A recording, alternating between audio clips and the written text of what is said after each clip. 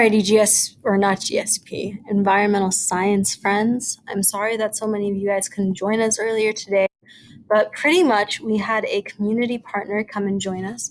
Her name was or is Brittany Keel from the Ahlemeyer Farms Bakery, which is literally down the street from our school. It's on 17th Street, so sort of like near that fish place and the new Brazilian bakery.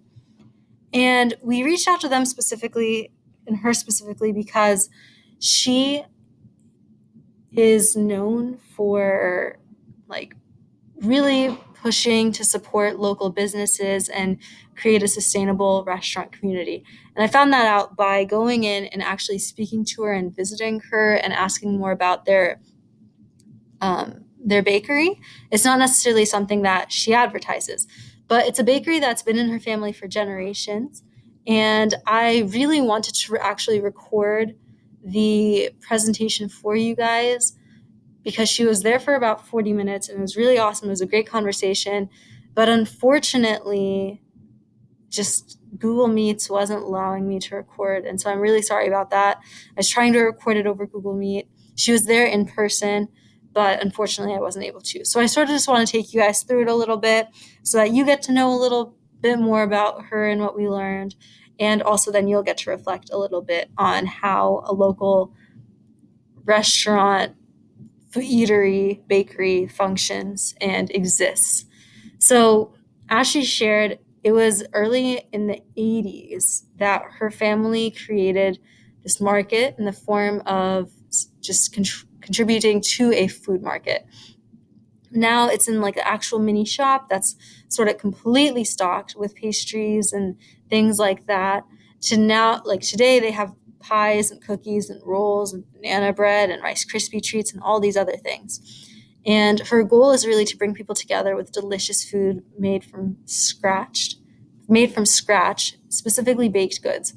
And so recently, what she shared is that she's moving in a direction where all of her food, like she's reached a point where almost all of her pies are vegan pies. And so she's trying to make it accessible to everyone. She can custom make them if necessary for different people. She actually has a biology degree. So she has a science background and she says she uses a lot of her science and chemistry and like math skills to sort of figure out how to use these recipes that are from her great great grandmother and convert them into what she wants to feed people now with. So it was really cool just getting to know about what she does. But literally all of her fruit pies are now 100% vegan, which isn't something that she advertises. Apparently, it scares people away to hear that. But the reason that she does that is so that she can decrease the carbon footprint of everything. And it's fascinating to think about because I'm sure it must be a little bit more expensive, right? But because of that, like sometimes the food and the actual pies themselves are more expensive, but you're paying for the quality that you're buying. So ingredient sourcing, she tries to get as natural and as local as possible. She One question that a student asked was, do you prefer organic or local? And she really struggled to answer that. She didn't have an answer because she said that when things are organic, you're protecting the environment from pesticides and antibiotics and other things that you don't necessarily want in your food. But if you're getting local, then you're reducing your carbon footprint. She shared that according to the USDA, who we studied about, the United States Department of Agriculture, about 20%, I believe, or maybe 30% of all food is actually wasted. It gets lost in transport, it's wasted, and it ends up in a landfill. So she was talking about how it's very important to her to actually buy ingredients locally. So a couple local vendors are 7K Farms and Natural Choices for Healthful Living. Semi-local vendors are people whose headquarters are in Michigan or Wisconsin or maybe like Kentucky, so about like 300 miles away maybe. So she said Gordon Food Services are always trying to get semi-local. And although like she's trying, she did say that, sometimes you really do need to use big chain vendors. You can't really get local vanilla or local chocolate chips. That's not a thing because you can't grow and source vanilla and chocolate chips locally. So she shared that as well, which was nice to know.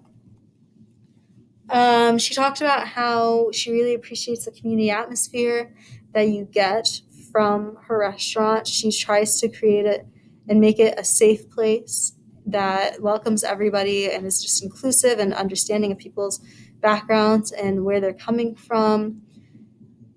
And she talked about how it's just very important to her that she has this inclusive environment. And also, fun fact, one of the bakery, like the bakers in the bakery, are a CSA alum. So in the first few years of CSA. So it's just really cool knowing that our own school has had sort of a role in creating this bakery. Eventually, I feel like she would like to move because currently they're renting out the space. So eventually she might like to actually move and like buy her own space that's little bit larger for them to function in. She talked about how space is a huge limiting factor for her and really just having employees that are so dedicated to what they're doing, that are skilled and experts. She's shared that during their peak season and their peak time, which is pretty much during the holidays and like Thanksgiving and stuff like that, there are days, there was a time when they were literally awake for 36 hours just baking pies because of the high demand then. It's their busiest time of the year. So I'll go ahead and take a look at some questions that she answered for us.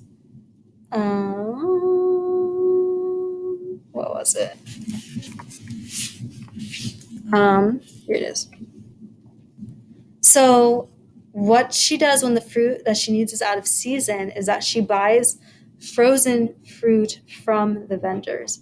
So, what the vendors do, like these farms and whoever it is, they actually get the fruit when it's in season and they freeze it and then they ship that to you directly. So, she gets it. She doesn't actually take it and keep it and buy it frozen, but she gets it from them as it's frozen. There was a special term for that, but I don't remember what it was. She um, she said that her family first started this business. They were motivated for sort of bringing people together. Pretty much almost everything is local. And she grew up in her family's bakery, always working. She remembers like standing on a box to sort of reach over the counter and roll out the crust and things like that. And yeah, so we sort of answered all of these questions that we have listed out. We talked a lot about how different agencies have to be there to make sure that she is doing what needs to happen on a legal basis to share the food that she's eating. So, for example, she talks about how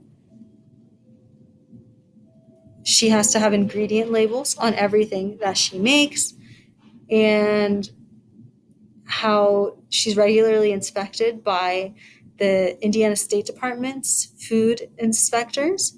So they come in and they check for little things like, do you have a light inside of your microwave or inside of your fridge? Are all of your lights is everything well lit so you would be able to see if it's contaminated? Do you have like clear walking areas? She says that she's inspected by the local fire department a lot because each of her ovens, you can bake about 50 pies at once. So there's a lot of interesting stuff there. I hope you guys are able to come back in when we finish up with this project because I think our celebration is going to be to go visit her and check out her bakery because pretty much she is really in line with everything that we were talking about. She always tied the way that she gets food back into her environmental footprint, and her goal is really to leave as little of a footprint as possible. And that's why she's always just trying to make things as vegan as possible so that there's no carbon footprint and as local as possible. So again, there are no carbon emissions in transporting everything. So let me know if you guys have any questions, but really just think about that. And I hope I get to see you guys soon. Bye.